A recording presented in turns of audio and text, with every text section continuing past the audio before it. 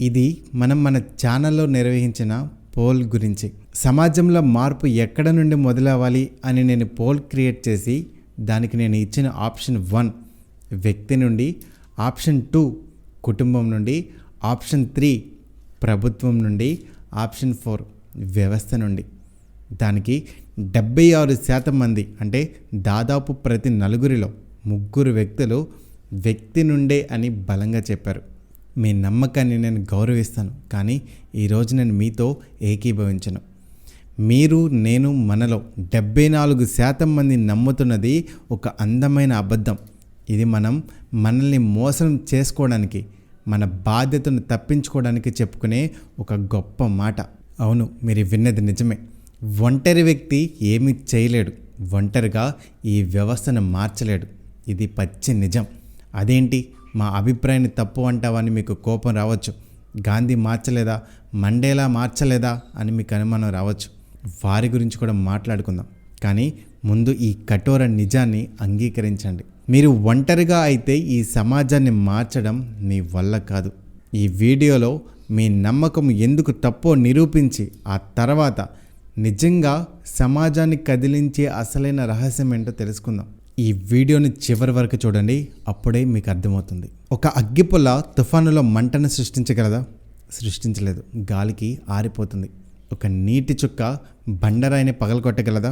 లేదు, ఆవిరైపోతుంది కదా. మనం కూడా అంతే. వ్యవస్థ అనేది ఒక తుఫాను లాంటిది. అవినీతి, కులతత్వం, అన్యాయం అనేవి బండరాళ్ళ లాంటివి. మనం ఒక్కరమే నిజాయితీగా ఉంటే ఆ వ్యవస్థ మనల్ని చూసి నవ్వుకుంటుంది, మనల్ని పిచ్చోడిలా చూస్తుంది. కొంతకాలానికి మనమే అలసిపోయి అందరూ ఇంతే, నేనొక్కడనే మారితే ఏమవుతుంది అని సర్దుకుపోతాం. ఇది మనలో చాలామందికి అనుభవమే కదా. ఇక గాంధీ విషయానికి వద్దాం. గాంధీ గారు ఒక్కరే దేశానికి స్వాతంత్రం తీసుకురాలేదు. కోట్ల మంది భారతీయుల గుండెల్లో అప్పటికే రగులుతున్న స్వేచ్ఛాకాంక్షకు ఆయన ఒక రూపం ఇచ్చారు. ప్రజల ఆవేదనకు ఆయన గొంతుకయ్యారు. ఆయన ఒక వ్యక్తిగా కాదు, కోట్ల మంది ఆశయాలకు ప్రతినిధిగా నిలబడ్డారు. ఆ శక్తి ఆయనది కాదు, ప్రజలది. ఆయన ఆ శక్తిని ఏకం చేశారంతే. మనం నమ్మాల్సిన అబద్ధం ఒంటరి హీరో గురించి కాదు, మనం తెలుసుకోవాల్సిన నిజం సమిష్టి శక్తి గురించి.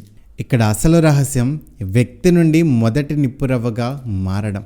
మీరు ప్రపంచాన్ని మార్చాలని ప్రయత్నించకండి, కేవలం ఒక మొదటి నిప్పురవ్వగా మారండి.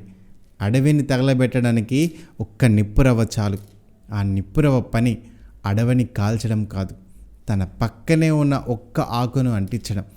ఆ ఆకు ఇంకో ఆకును, అలా ఆ మంట దావానంలా వ్యాపిస్తుంది. సమాజం మార్పు కూడా ఇంతే. మీరు చేయాల్సింది వ్యవస్థతో పోరాడడం కాదు, మీ పక్కన ఉన్న ఒక్కరిలో స్ఫూర్తిని రగిలించడం. కనిపించేలా ఒక పని చేయండి.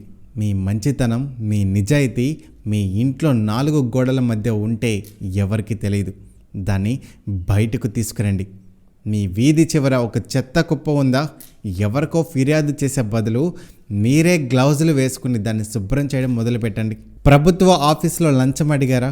భయపడకుండా మీ ఫోన్ కెమెరా ఆన్ చేసి, సార్ నేను లంచం ఇవ్వను, దయచేసి నా పని చట్ట ప్రకారం చేయండి అని ధైర్యంగా చెప్పండి. మీ పని కనిపించాలి. ఇది ఇతరులను ఆలోచింపచేయాలి. మీరు చేసే పని చాలా సులభంగా ఇతరులు కూడా చేయడానికి వీలుగా ఉండాలి. మీరు మొదలుపెట్టిన పనిని చూసి, అరే ఇది నేను కూడా చేయగలనే అని వారికి అనిపించాలి. చెత్తను శుభ్రం చేయడం, ట్రాఫిక్ రూల్స్ పాటించడం, క్యూలో నిలబడడం, ఇవన్నీ ఎవరైనా చేయగలరు. ఇక రెండో వ్యక్తిని ఆకర్షించడం, ఫైండ్ యువర్ సెకండ్ ఫాలోవర్. ఇదే అన్నిటికన్నా ముఖ్యమైనది. ఒక ఉద్యమానికి నాయకుడు ఎంత ముఖ్యమో అతన్ని నమ్మి జత కలిసిన మొదటి అనుచరుడు కూడా అంతే ముఖ్యం. మీ లక్ష్యం వేల మందిని మార్చడం కాదు, మీ పనిని చూసి మిమ్మల్ని నమ్మి మీతో చేయి కలిపే ఆ ఒక్కరిని సంపాదించడం. మీరు చెత్తను శుభ్రం చేస్తుంటే మొదట నవ్విన మీ పక్క ఇంటి వ్యక్తే రెండో రోజు మీతో గ్లౌజులు వేసుకుంటే అక్కడ విప్లవం మొదలైనట్టు కాదా?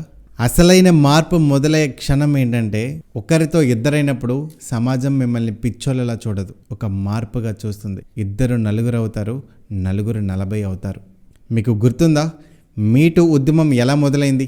ఒక మహిళ తన బాధను పంచుకుంది, దానికి ఇంకొకరు గొంతు కలిపారు. చూస్తుండగానే అది ప్రపంచవ్యాప్త ఉద్యమం అయిపోయింది. మీరు వెలిగించిన ఆ చిన్న నిప్పురవ్వ సోషల్ మీడియా ద్వారానో దావానంలా వ్యాపిస్తుంది.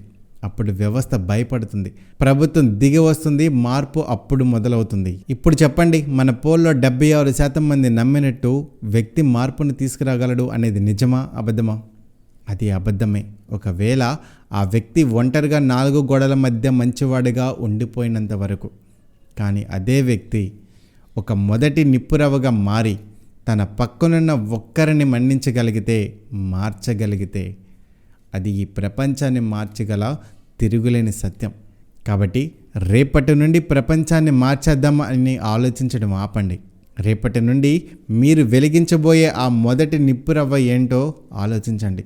మీరు ఏ చిన్న పనితో ఈ మార్పుకు శ్రీకారం చుట్టబోతున్నారో, మీ అభిప్రాయానికి నిజమైన అర్థాన్ని తీసుకురాబోతున్నారో కింద కామెంట్స్లో చెప్పండి. మీ ఆలోచన ఇంకో 10 మందికి స్ఫూర్తినివ్వచ్చు.